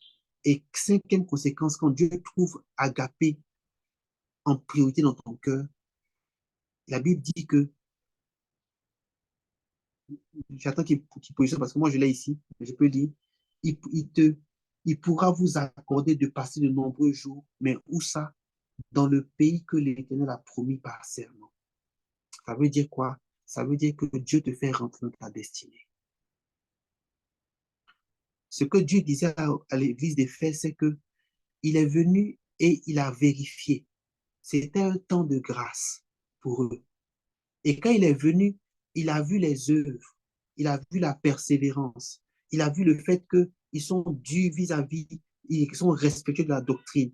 Il a vu qu'ils travaillent beaucoup dans la maison de Dieu. Et puis, il a cherché quelque chose parce que le temps était venu pour faire briller. Et il dit, le temps est arrivé. Maintenant, je vais chercher. Il regarde dans le cœur, il dit, ah, je ne trouve pas l'amour pour moi comme une priorité. Tu poses les actes, mais l'amour n'est plus ta priorité. Tu ne poses plus les actes parce que tu veux montrer à Dieu que tu l'aimes. Alors, Dieu dit, à cause de ça, je ne pourrais pas garder ton chandelier à sa place. Mais nous, à cause de ça, parce que Dieu va trouver l'agapé comme une priorité dans nos cœurs, Dieu va nous élever. Le mois d'août est un mois d'élévation. Le mois d'août est là pour te préparer pour rentrer dans un temps d'élévation. Et j'ai dit que aimer Dieu, j'ai terminé avec ça. Ce sera mon point. J'ai dit aimer Dieu ici, ce n'est pas n'importe comment on aime Dieu. Mais ce n'est pas n'importe comment Dieu, quand il parle de aimer Dieu, qu'est-ce qu'il attend? Qu'est-ce qu'il attend? Qu'est-ce qu'il attend? Et pour nous aider à comprendre ça, on va voir 3 manières d'aimer Dieu durant aujourd'hui et la prochaine fois, avant de voir un autre quand le temps est arrivé. Le premier temps, comme j'ai dit, que le premier quand le temps est arrivé, c'est quand le temps est arrivé, il faut aimer Dieu. Et on va voir quand Dieu dit de l'aimer, quand le temps est arrivé, c'est quel type d'amour? C'est quoi l'amour? Tu vas prendre 1 Corinthiens, chapitre 2, verset 9, et ce sera le texte avec lequel on va terminer. Mais avant ça, on va prier. Tu vas prier pour que Dieu repositionne Agapé comme la priorité dans ton cœur. Que tu ne fasses pas les œuvres simplement parce que tu as l'habitude, mais que tu fasses les œuvres parce que Agapé, aimer Dieu et aimer les gens est la priorité dans ton cœur. Seigneur, nous te prions, on peut ouvrir les micros. Seigneur, nous prions pour la grâce d'avoir cette mentalité restaurée. De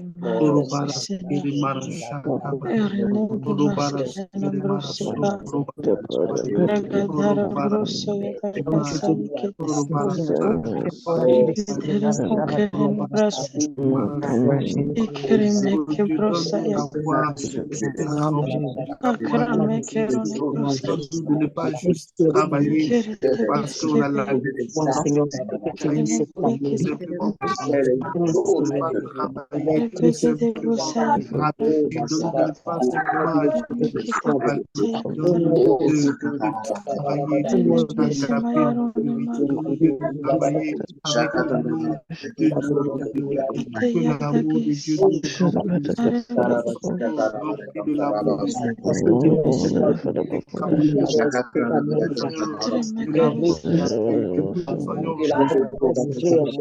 que nous aimions Dieu, que nous aimions les frères.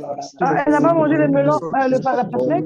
Au nom de Jésus. Elle n'a pas mangé la pastèque? N'oubliez pas de fermer les micros quand vous parlez. Amen, amen, amen.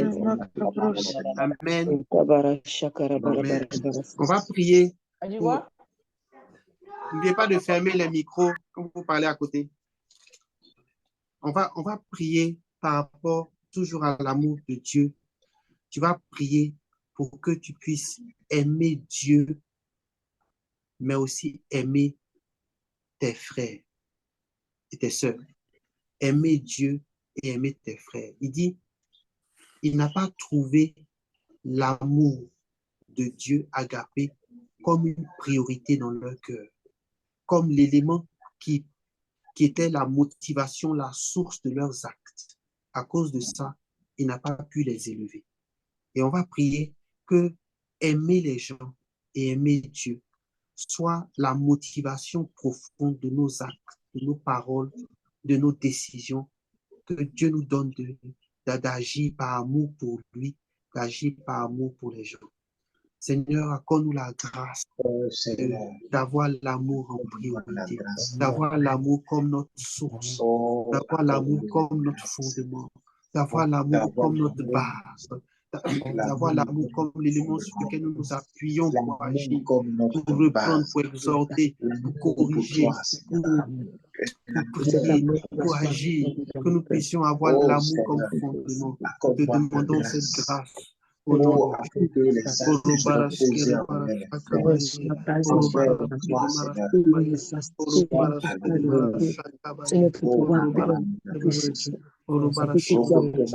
Amen. Amen. Amen. Je pense que mon temps est arrivé, mais ils ne m'ont pas prévenu. Ils m'ont prévenu. Je vais voir. Je veux juste, si vous le permettez, je veux terminer avec un des premiers points. C'est quand Dieu dit que tu l'aimes, dans ce cas précis, pour t'élever, c'est quel acte tu dois poser. Le premier acte. Je veux juste terminer avec ça. Je ne pourrais pas terminer aujourd'hui, Je vais quand même vous laisser ça parce que je veux que vous puissiez l'appliquer dans la semaine. Dans 1 Corinthiens chapitre 2, verset 9, Paul va nous donner une clé. Il va nous dire, regardez 1 Corinthiens chapitre 2, verset 9, Paul dit, mais comme il est écrit, ce sont des choses... J'ai demandé à quelqu'un de lire pour moi. Il peut ouvrir son micro et puis lire. Amen, amen, amen, amen. Oui, vas-y. Je lis la parole. 1 Corinthiens 2, verset 9. Mais comme il est écrit, ce sont des choses que l'œil n'a point vues, que l'oreille n'a point entendues et qui ne sont point montées au cœur de l'homme, des choses que Dieu a préparées pour ceux qui l'aiment. Amen. Amen. Il faut relire parce que c'est trop puissant. La fin est trop puissante. Amen. Amen. 1 Corinthiens 2, verset 9. Mais, comme il est écrit, ce sont des choses que l'œil n'a point vues, que l'oreille n'a point entendues, et qui sont montées, et qui ne sont point montées au cœur de l'homme, des choses que Dieu a préparées pour ceux qui l'aiment. Amen, amen. Amen. Il faut relire une troisième fois parce que je pense que les gens n'ont pas vu la puissance du verset. La fin du verset est trop Amen, amen, amen. 1 Corinthiens 2, verset 9 nous dit, mais comme il est écrit, ce sont des choses que l'œil n'a point vues, que l'oreille n'a point entendues, et qui ne sont point montées au cœur de l'homme, des choses que Dieu a préparées pour ceux qui l'aiment. Amen. Je ne sais pas si vous mesurez le verset. Dieu est en train de te dire que tu as imaginé des choses sur ta propre vie.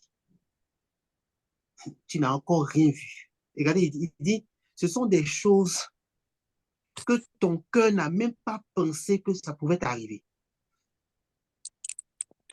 Il dit, ce sont des choses que tu n'as même pas imaginé. C'est-à-dire quand on dit, par exemple, Esther, je ne sais pas si c'est une Esther ici, quand on dit Esther, et puis quand toi-même tu planifies ta vie, tu dis, si je pouvais être, et tu cites ce que tu penses être, Dieu dit, quand il trouve l'amour agapé dans le cœur de certaines personnes, des choses auxquelles ces personnes n'ont même pas pensé, elles n'ont même pas imaginé que ça pouvait leur arriver.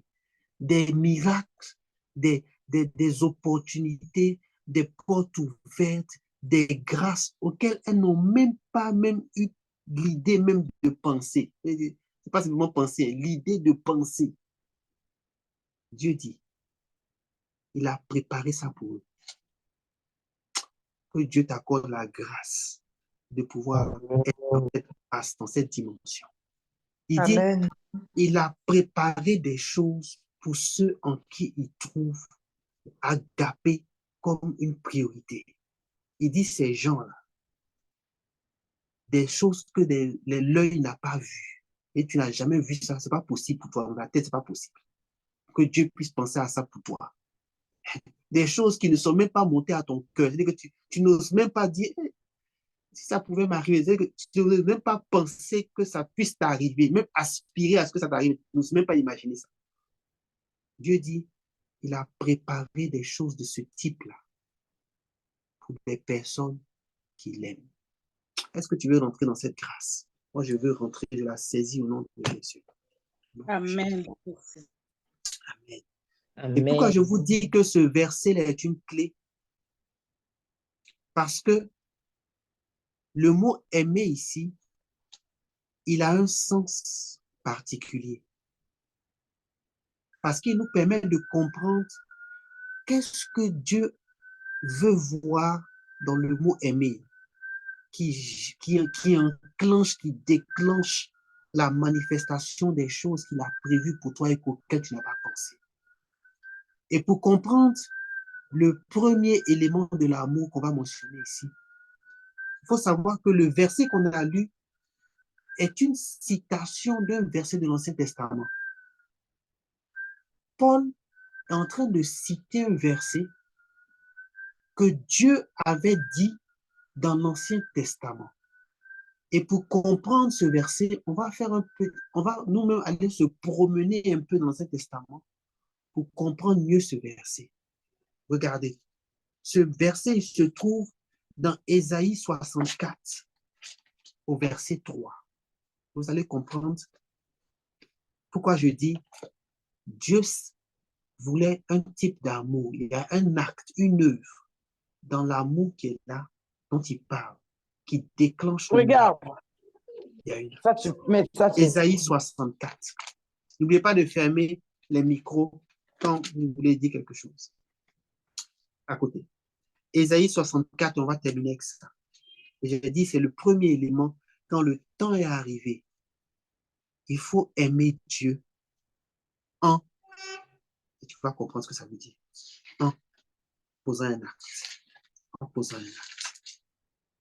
Ésaïe 64, c'est le verset que Paul cote dans 1 Corinthiens, que Paul cite dans 1 Corinthiens 2, verset 9.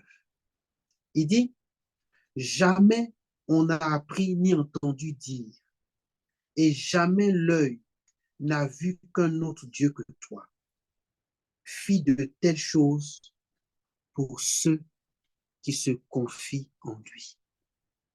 Paul a traduit le verset en changeant la dernière phrase par « pour ceux qui l'aiment ». Parce que ce que Ésaïe disait ici, c'est un acte d'amour que Dieu s'attendait à voir dans la vie de ses enfants. Le mot « se confier » ici, c'est pas le mot qu'on dirait « tu te confies en quelqu'un ». Le mot hébreu ici, il signifie « pour ceux », et la version anglaise traduit bien ça, la version anglaise, la King James, je crois. Il dit « ce que l'œil n'a pas vu, ce que l'oreille n'a pas entendu, ce qui n'est pas monté au cœur de l'homme, pour ceux qui s'attendent à Dieu. Pour ceux qui s'attendent à Dieu. C'est le mot qui est utilisé ici. Qu'on traduit dans la version française par confier, la version anglaise dit pour ceux qui s'attendent à Dieu. Un des éléments qui fait que on n'arrive pas à aimer Dieu, ou bien que l'amour de Dieu n'augmente pas dans nos cœurs, c'est que nous n'avons pas appris à s'attendre à Dieu. On n'a pas appris à attendre Dieu. On n'a pas appris à poser un acte, s'attendre à Dieu. Ça veut dire quoi, s'attendre à Dieu? S'attendre à Dieu, c'est ce que Jésus a fait à Gethsémani. Jésus s'est attendu à Dieu. Maintenant, vous allez comprendre que Jésus, il était dans le timing de Dieu. Pourquoi? Parce que Jésus avait appris à s'attendre à Dieu, à attendre le temps de Dieu, à attendre que Dieu donne le go, à attendre que Dieu fasse quelque chose. Et il y a une chose que la plupart des serviteurs de Dieu qui réussissent dans le ministère font, c'est qu'ils ont appris à s'attendre à Dieu. Il y a des techniques pour s'attendre à Dieu. À s'attendre à Dieu, ça veut dire quelque chose. Ça veut dire quelque chose. Une des premières choses que s'attendre à Dieu veut dire, ça veut dire que tu as des endroits où tu vas te mettre en retraite pour t'attendre à Dieu. Quand on voit le livre de Gethsémani, ce qui se passe dans Gethsémani, la Bible dit, Jésus arrive à Gethsémani selon sa coutume. On est dans Luc chapitre 22. On dit, selon sa coutume, il arrive à Gethsémani dans le jardin des Oliviers. La question que Dieu va te poser, si tu dis, je m'attends à toi, il va te dire, est-ce que tu as un endroit où tu vas m'attendre? Est-ce que tu as un endroit, une montagne? Parce que j'ai dit, soit il partait dans la montagne, soit il partait dans le jardin des Oliviers, soit il partait à l'air libre. Il faut que tu aies un endroit où tu vas t'attendre à Dieu. La plupart des pasteurs, souvent, ils vont, donc des fois, tu tu te retires pendant quelques jours ou bien tu décides de mettre un temps de côté pour t'attendre à Dieu. S'attendre à Dieu, c'est un acte intentionnel. Ce n'est pas un acte par hasard. Jésus est allé à Gethsémane de manière intentionnelle. Et la Bible précise, selon sa coutume. Ça veut dire qu'il avait pour coutume d'aller s'attendre à Dieu au jardin des Oliviers. Il avait pour habitude d'aller s'attendre à Dieu dans tel endroit. Tu dois, toi aussi, de manière intentionnelle, avoir des moments où tu t'attends à Dieu. Ou des moments où tu te retires, tu mets ces moments-là à part pour t'attendre à Dieu. Et durant le mois d'août, quand j'ai dit que vous devez appliquer ça, durant le mois d'août, il faut isoler des moments où tu t'attends à Dieu. On va expliquer ce que, quand on dit je m'attends à Dieu, ce que ça veut dire. On va expliquer aussi comment tu fais pour t'attendre à Dieu. On va expliquer, on va rendre ça simple. On va rendre ça simple. Mais ce que je veux, pourquoi je voulais que vous l'appliquiez, juste, je vais vous laisser ça. Il faut que durant la semaine, tu planifies des moments. Ça peut être 30 minutes, ça peut être 15 minutes. On va voir que Jésus, il a fait environ 3 heures. Mais dans les 3 heures, il ne les a pas fait en un coup. Puisque la Bible dit qu'il va voir les disciples. Donc, il a coupé son temps d'attente à Dieu en plusieurs moments. Ça veut dire que tu peux toi aussi couper des moments. Tu peux dire, je fais 30 minutes aujourd'hui, je fais 5 minutes demain, je fais 10 minutes. Tu peux couper, mais tu dois t'attendre à Dieu. C'est des choses intentionnelles à faire.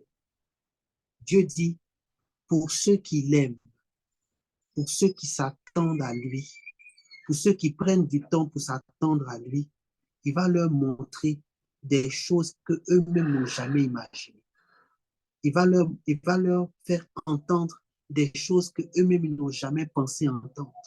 Il va les amener dans une dimension à laquelle ils n'ont jamais pensé. Des choses même qui ne sont jamais montées dans leur cœur. Dieu dit, quand il trouve des gens qui ont appris le principe de s'attendre à lui, comme Jésus, il fait rentrer dans leur vie le miraculeux. Il les amène dans leur destinée. Il les amène dans ce qu'il avait préparé d'avance pour eux. Et si Jésus t'a montré le chemin, la Bible dit, selon sa coutume, il est parti à Gethsémane pour s'attendre à Dieu. Pour s'attendre à Dieu. Moi qui ai rajouté pour s'attendre à Dieu. On dit, selon sa coutume, il est allé à Gethsémane pour prier. Que durant la semaine, tu prévois des temps où tu t'attends à Dieu. Tu arrives devant le Seigneur. Seigneur, les 15 minutes qui arrivent, j'ai 15 minutes, j'ai planifié ces 15 minutes. Je suis venu te chercher. Je suis venu m'attendre à toi. Je suis venu te voir. Et pour ceux qui savent, qui se rendent compte, qui sont connectés à Pasteur Mohamed, vous allez vous rendre compte que ce que je dis maintenant, c'est exactement ce que Pasteur Mohamed a senti. Et je me connecte à ce qu'il a senti. Il a dit que le mois d'août, à Kodesh, il y aura des temps où on va juste venir, on va venir chercher Dieu, on va venir s'attendre à Dieu. On aura des plages horaires comme ça où on vient chercher Dieu. Quand le temps est arrivé pour Dieu de faire briller ta lumière, de t'élever, de t'ouvrir des portes, de te faire passer une autre dimension.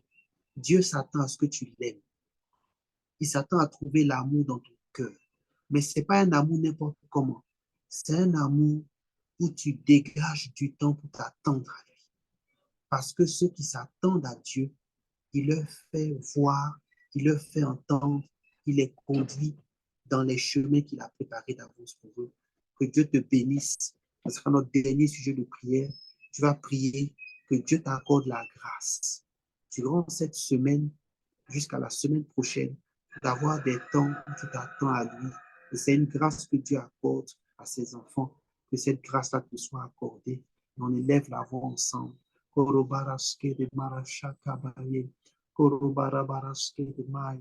Korobaraske de mai. pour ouvrir les micros.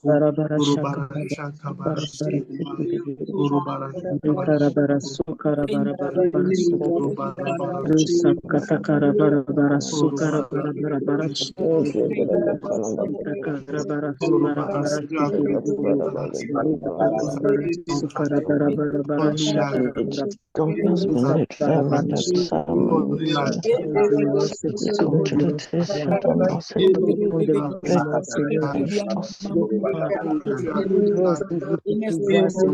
je t'implore, prépare-les sur ton d'avoir des moments, d'avoir des moments, nous allons nous retirer, partager mon moment de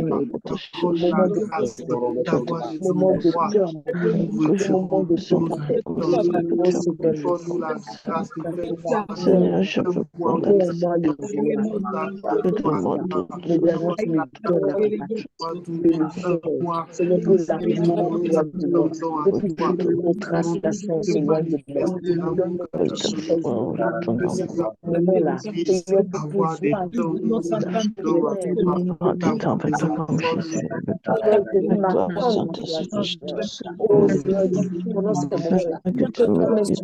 Amen, amen, amen, amen, amen. On est arrivé à la fin de notre premier jeudi des conquérants, nouvelle formule. Et tu vas prier pour ta soirée, tu vas bénir ta soirée, tu vas bénir ta vie. On va se laisser en se saluant. Seigneur, nous bénissons notre soirée, nous bénissons notre semaine, nous bénissons, Seigneur, nos vies, nous bénissons nos familles, nous bénissons, Seigneur, notre vie spirituelle, nous bénissons notre vie. Nous te disons merci. Merci pour que tu nous as accordé. Merci pour la grâce, Seigneur, que tu nous as reconnaissant. Te rendons la gloire, te louons. Au nom de Jésus. Amen. Amen, amen. Saluez une sœur. Amen. Amen, amen, amen.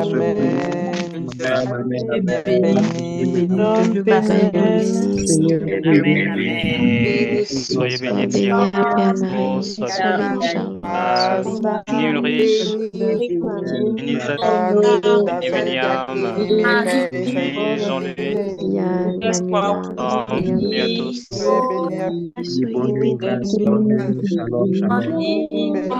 Grace. Soyez bénis.